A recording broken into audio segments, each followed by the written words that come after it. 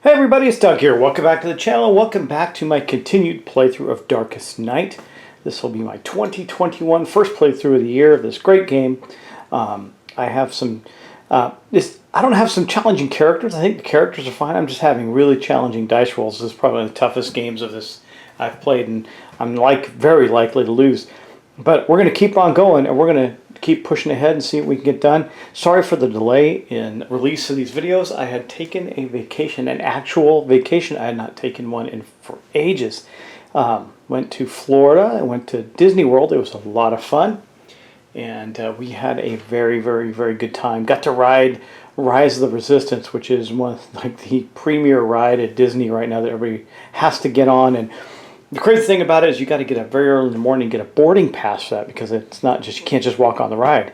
And when you get on it right at 7 a.m., you got to get in the virtual queue, and if you aren't fast enough, you won't get it. It's gone by 7:02 or 7:01. It's crazy how fast the boarding passes go. Anyway, that's not why we're here. Just want to tell you about that. If you get a chance, go check out like a YouTube video of that ride. You'll see how cool, even though the videos don't completely do it justice. It's pretty amazing. All right. Anyway, getting back to it. What do we have here? What do we have going on? It's been like a week or two. So our characters are all, we had to go back to the monastery to get healed up, and I made a bit of a mistake, and I want to correct it now. I owe everybody a secrecy because they had spent the time, and I'm giving that to them right now, spent the time in the monastery, except for the Paragon. I would give him secrecy, but he's already maxed out. So he doesn't get any more. And we did pass our threshold of 10 on the darkness track. The Necromancer, this may be the one, the thing that ruins the game, loses the game for us. Shattered Hope, or Shatter Hope. The heroes immediately discard a holy relic they have recovered. If they have not yet recovered a relic, then discard the first one they recover.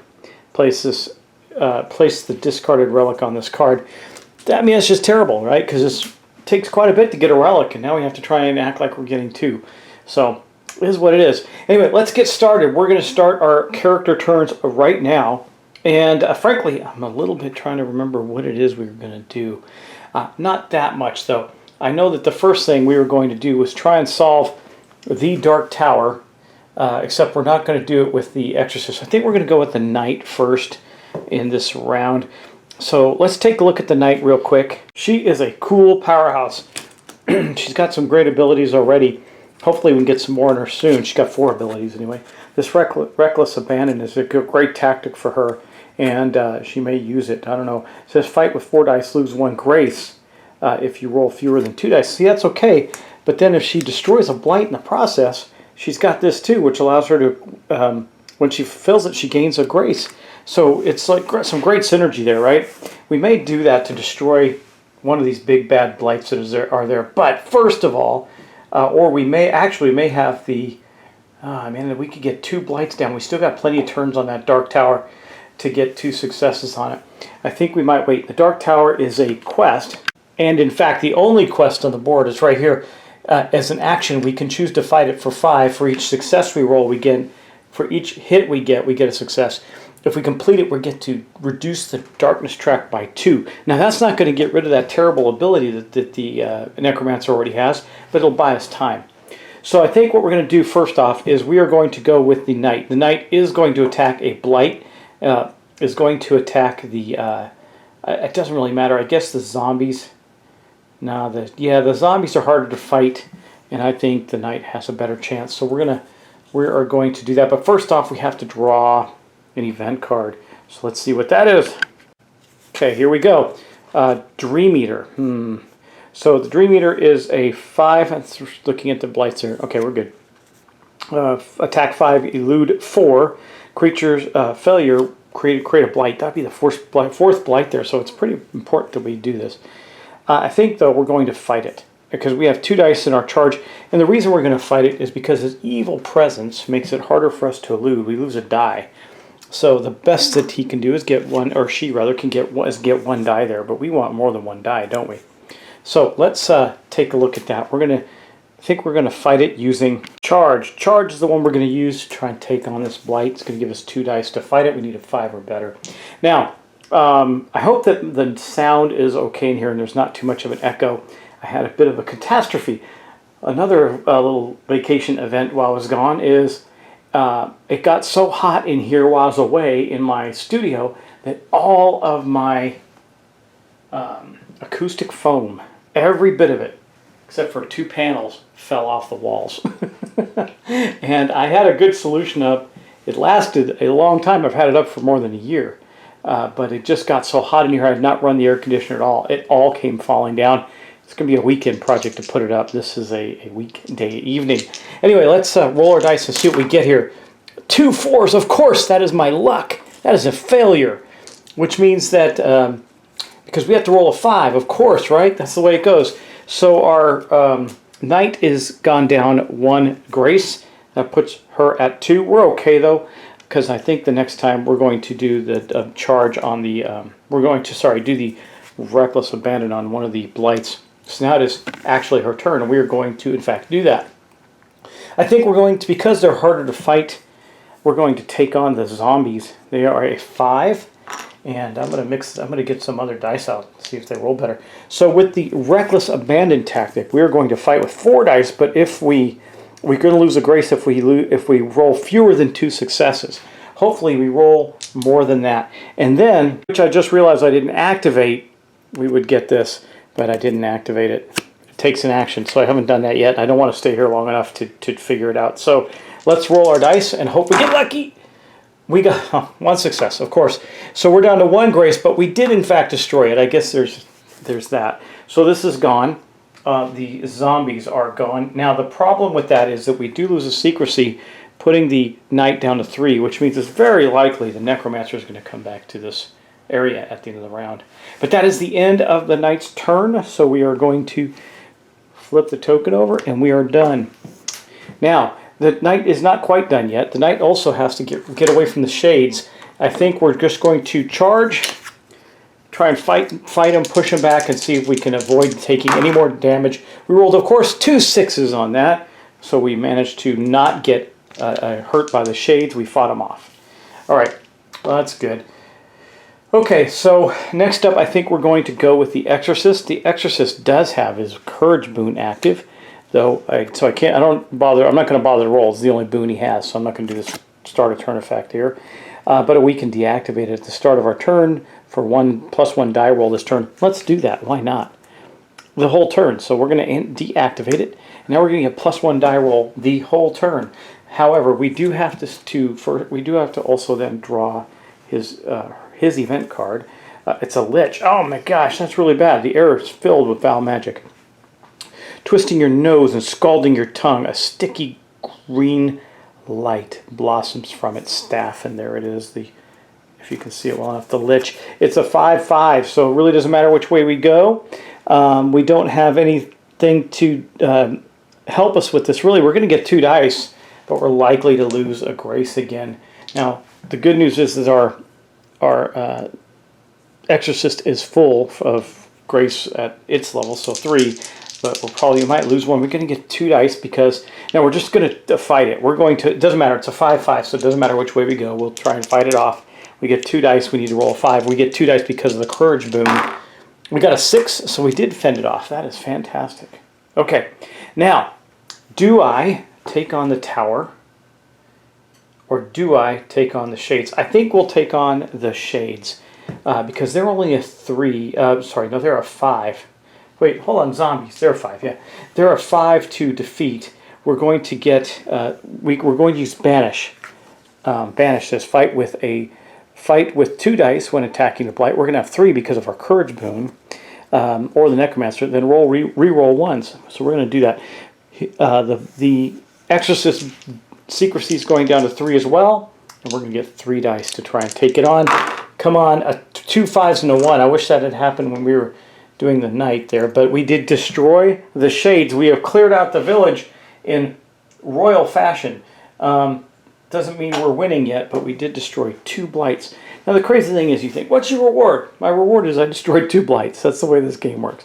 Anyway, that is going to be the end of the Exorcist turn. So now we got the Enchanter. She's up in the mountains right now, and the Paragon. And I think what we're going to do with them, could have just a big giant fest in the love fest in the village. Now the Paragon won't have to actually make a roll to leave there. Let's see. You know what the Paragon's going to do. Paragon is just going to move into the village. I'll tell you why.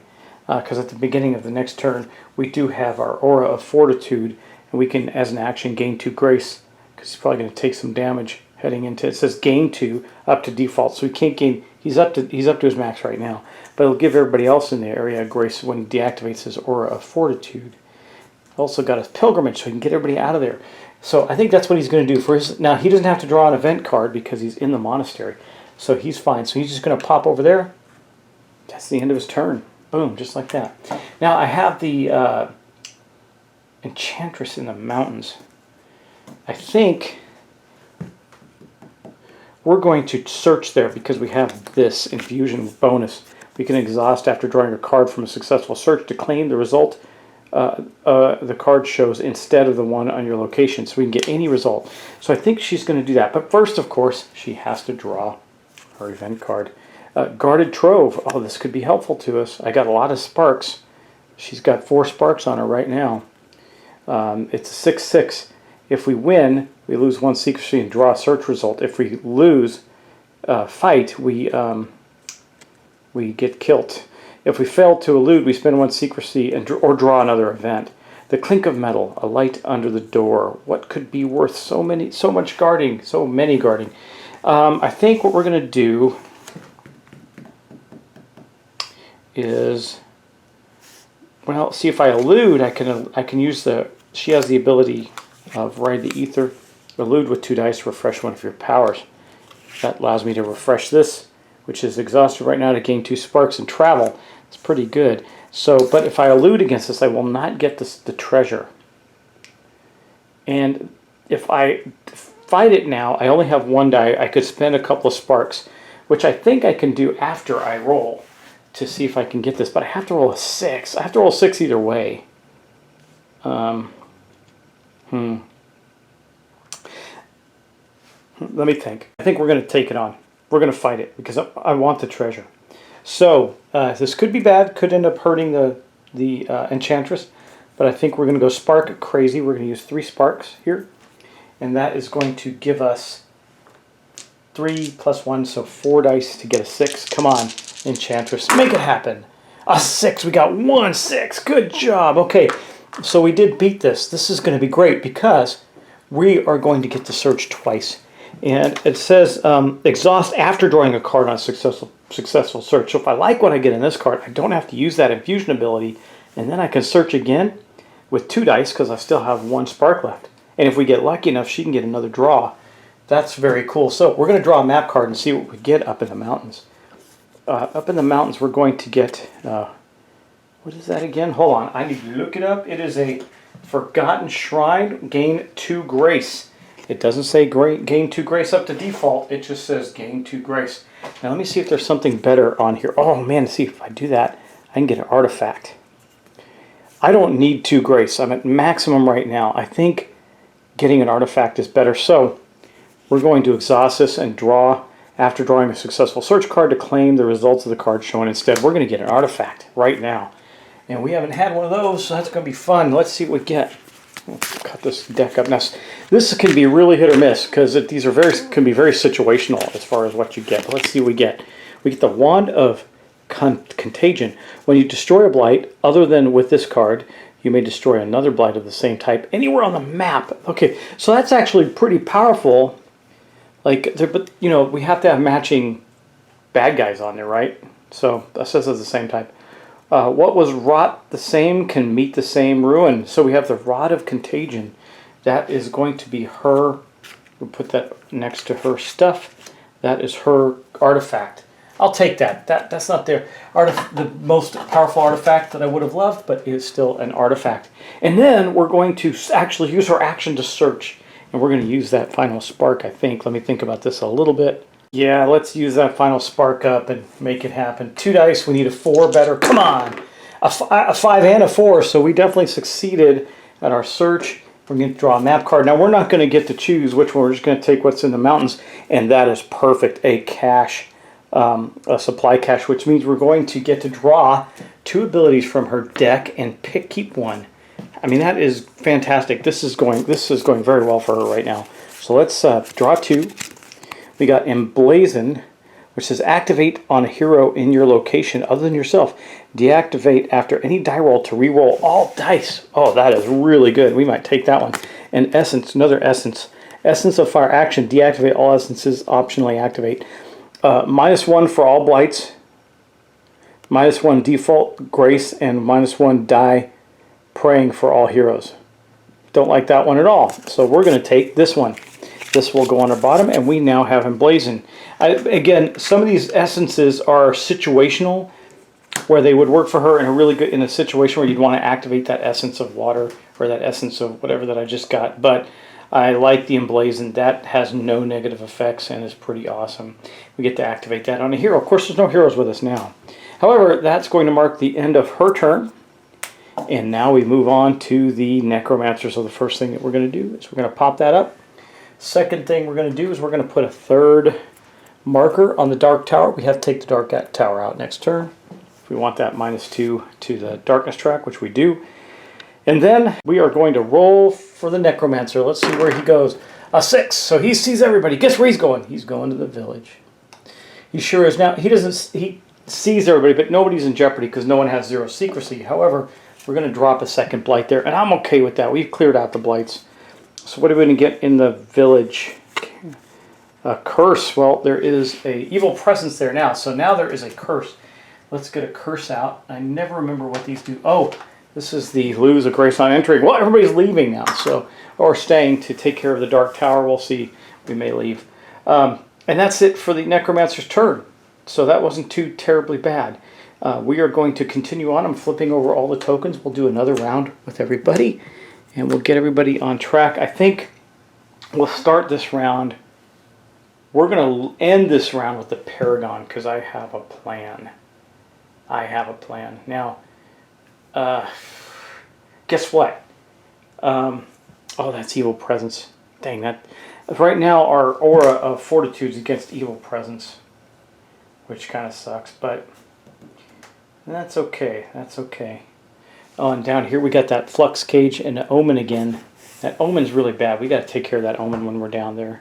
Because that's where I want to head with some folks, is down to the ruins where I can take out that, manage that battle site, get some more clues, because that's how we win. So we got to get down there and do that. So yeah, okay, let's get going. Let's take our turn now. Our Oath of Purging is non-active, so we have to take an action to do that. I think we'll start our turn with the Exorcist, because the Exorcist is just going to do something pretty random. We'll see how it goes. Okay, so the first thing we're going to do is roll 2 dice. If we roll a 5 or better, we get to activate our Courage boon. We just are not... Man, we had that active just once so far this game. So that's not going to happen. And then we are going to fight... We're going to banish one of these blights again. And I think we're going to do the evil... No, we're going to do this. We're going to do the curse. It takes a 5, but we get 2 dice, and we get to re-roll. We're going to use the banish tactic. We could also do this. 1 hero at your location gains 2 secrecy, then all heroes at the location who have less secrecy than you gain 1. Man, that's really effective. Because we could get, if I gave him the 2 secrecy, though, that would put everybody else in the space, well, the knight, and the Paragon. The Paragon can't go up any higher. So, yeah, we'll stick with our thought. We're not going to use Cloister. We're going to use the Spanish tactic. But first, of course, we have to draw an event card. I almost forgot. Shadow Sight. Roll 1 die. Pick 1. Okay. I see. These are always worded weird. Roll 1 and pick 1. Well, we're going to roll the one we get. I guess if you are able, like, if his Courageous boon was active and he could get +1 dice, then that would work, but it doesn't work. So what do we roll? We rolled a 5 or 6, lose 1 grace, then look at the top card of any deck and put it at the top or bottom. Okay. Well, we don't have a choice on that, so we're going to lose a grace, so the Exorcist is a 2 now. And we're going to look at the top card of the event and see whether or not we want to put it at the top or bottom. Urgent Plea. This really isn't that bad. Because... This really isn't that bad. But we'll put this at the top, because that'll mean that we got plenty of time on the Dark Tower. So we're going to leave that where it is. It's just going to tick off a time on the Dark Tower. Then we'll use our Banish to try and get rid of this curse. Okay, we're going to get 2 dice. Remember, we get to re-roll ones, but this takes the Exorcist Secrecy, which I just moved down to 2. We get 2 dice. We need to roll a 5 or better. We rolled a 1 and a 5. We get to re-roll ones, but it doesn't matter because we succeeded and destroyed this blight. So the curse is no more. We've done pretty good in the village. The heroes have come together to help save the village. It's been pretty dynamic, right? But that is going to mark the end of the Exorcist Turn. And then we'll move on to the Knight. We're going to have the Paragon go last this turn, and I'll tell you why when we get there. But we're going to go with the Knight. The Knight is going to first draw an event card. Well, we know what it is. Boom. So we're going to, it says, tears stream down her face as she tells the tale. It says, draw a quest and roll 1 die to determine its location, then add a marker to it. So that we don't even lose a time on the Dark Tower. We just get to draw a new quest, which is going to be the Dark Orb. So there's a theme here. Dark Tower, Dark Orb. Rumors of an all-powerful object of dark magic the Necromancer is using to channel his powers in this area. Steal it to diminish its influence, his influence. Okay, so we have to roll to see where this is going to be. Let's roll, take a die and roll. It's going to be in the 4 from the village. That's going to be up at the castle. That's really bad. If it expires, we're going to get a Void Blight there, but if we complete it once again, we can get a -2 to the darkness track. We could really do in the darkness track if we go back up there. That'd be really good. And then we have to put 1 time token on it already. So there it is. 1 time token. Okay, that was the Knight's event. And then the Knight is going to attack the Dark Tower. And she's going to do a reckless charge. Crazy lady that she is. She has 2. Yeah, okay. My cards bumped my grace marker, so that's not good. But we're going to do this. We're going to attack the heck out of that tower. We're going to fight with 4 dice. We're going to hope we get lucky. Do I want to do that or just charge?